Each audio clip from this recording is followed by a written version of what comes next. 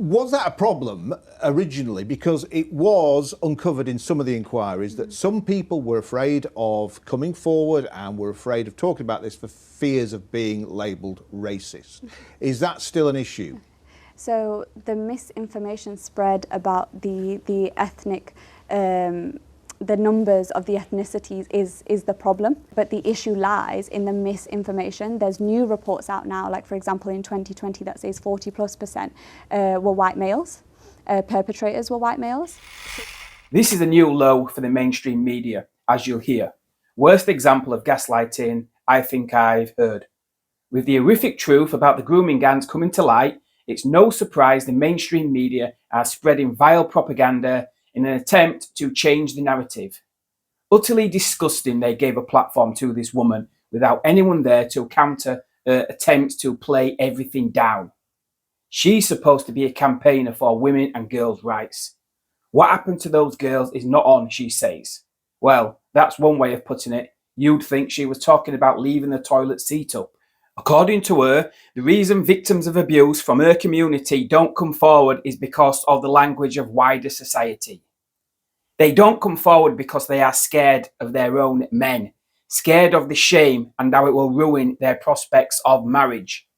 It's her own community that treats its women like this. It's outrageous to claim the only reason they don't come forward is because of wider language society uses.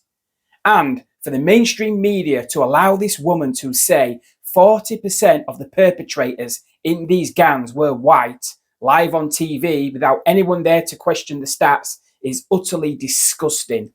This is propaganda. And why didn't they invite this woman on as well to counter what she was saying?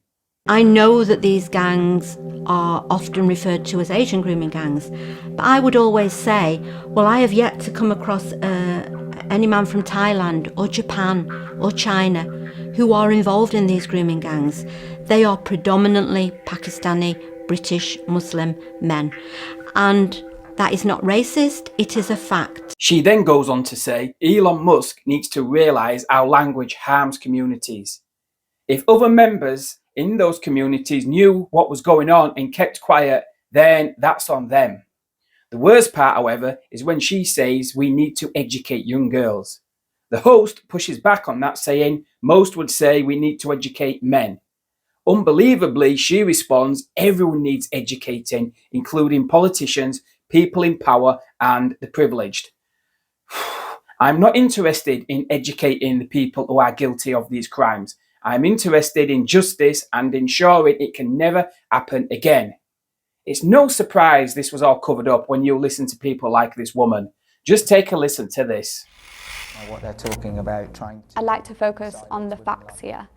Elon Musk, yes, has requested for a national investigation and thrown other comments in there as well, not actually understanding the effects on communities, the effects on the people that live in places like I do in Rotherham.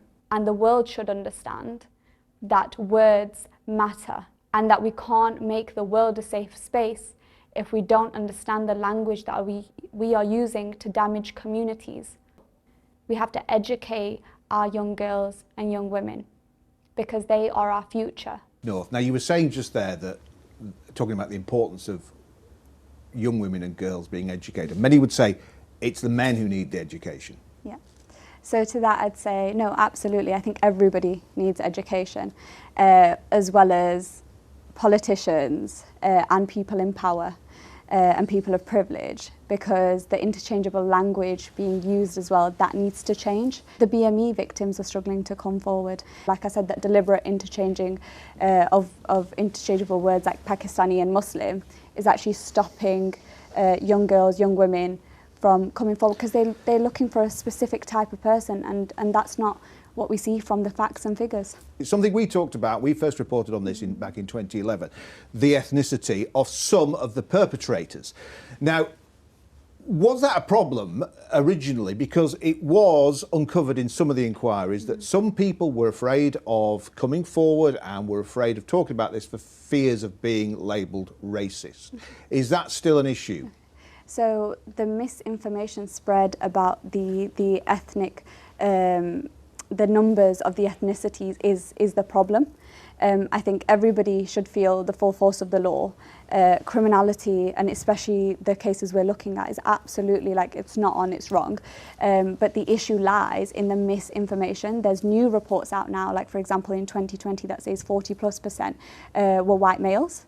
Perpetrators were white males. So the police need to be educated on cultural factors, like BME women are struggling to come forward, as well as like the Pakistani community, women are struggling to come forward, but as well, why would they want to come forward if it's their community that's being condemned by the interchangeable language that is being used on purpose by politicians and people in power?